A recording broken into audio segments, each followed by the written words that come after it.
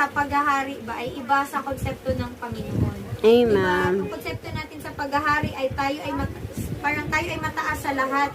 Pero yung paghari pala mga kapatid, ay ito pala ang mapasailalim sa pamumuno ng dibinong buhay. Amen. Praise the Lord na kailangan nating makita ang bagay na ito.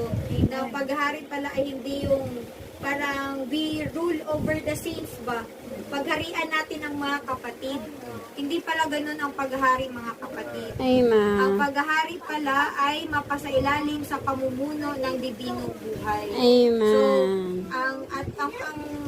ang paghahari sa buhay hindi pala siya imposibleng bagay.